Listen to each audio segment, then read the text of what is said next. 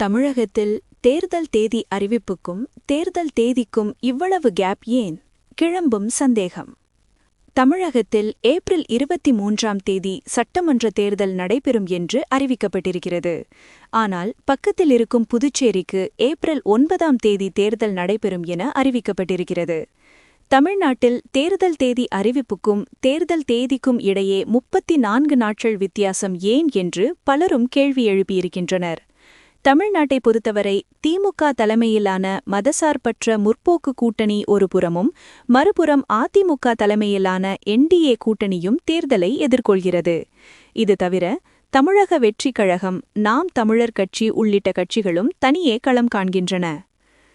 ரெடியான திமுக. திமுக கூட்டணியை பொறுத்தவரை 26 கட்சிகள் இடம்பெற்றிருக்கின்றன. இன்று வரை காங்கிரஸ் 28+1, மதிமுக 4, ஐயுஎம்எல் 2, எம்என்எம்கே 2 ஆகிய கட்சிகளுடன் தொகுதி பங்கீடு உறுதியாகியிருக்கிறது. விசிக, இடதுசாரிகள், மநீம உள்ளிட்ட கட்சிகளுக்கு தொகுதிகள் இன்னும் ஒதுக்கப்படவில்லை. இதற்கான பேச்சுவார்த்தைகள் நடைபெற்று வருகின்றன. இப்படி இருக்கையில் மறுபுறம் என்டிஏ கூட்டணி இன்னும் முழுமையடையவில்லை. குறிப்பாக விஜயை கூட்டணிக்குள் இழுக்க தொடர்ந்து முயற்சிகள் நடைபெறுவதாக தகவல்கள் வெளியாகியுள்ளன. ஆனால் புதுச்சேரியில் கூட்டணி உறுதி செய்யப்பட்டுவிட்டது. எனவேதான் ஏப்ரல் 9 அன்று தேர்தல் தேதி அறிவிக்கப்பட்டிருக்கிறது. ஆனால் தமிழ்நாட்டில் விஜய் இன்னும் கூட்டணிக்குள் வராததாலும் கூடுதல் காலம் தேவைப்படுவதாலும் ஏப்ரல் 23ஆம் தேதி தேர்தல் அறிவிக்கப்பட்டிருக்கிறது என்று விமர்சனங்கள் எழுந்திருக்கின்றன. பெரிய இடைவெளி. புதுச்சேரியில் தேர்தல் தேதி அறிவிப்புக்கும் தேர்தல் தேதிக்கும் இடையில் வெறும் 24 நாட்கள்தான் இருக்கின்றன. அதுவே தமிழ்நாட்டில் 34 நாட்கள் இருக்கின்றன.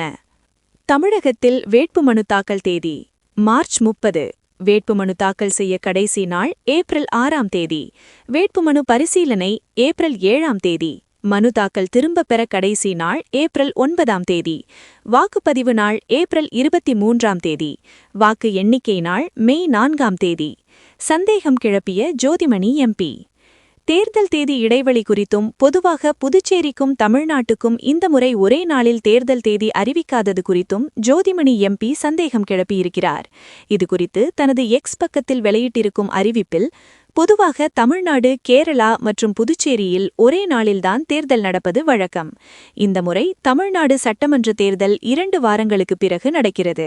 இதற்கான காரணத்தை அறிந்து கொள்வது ஒன்றும் கஷ்டமில்லை.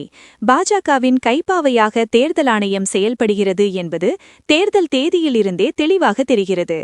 எல்லாவற்றையும் எதிர்கொள்கிற அறிவும் அரசியல் புரிதலும் தமிழ்நாட்டு மக்களுக்கு உண்டு, இந்தியா கூட்டணிக்கும் உண்டு என்று தெரிவித்திருக்கிறார்.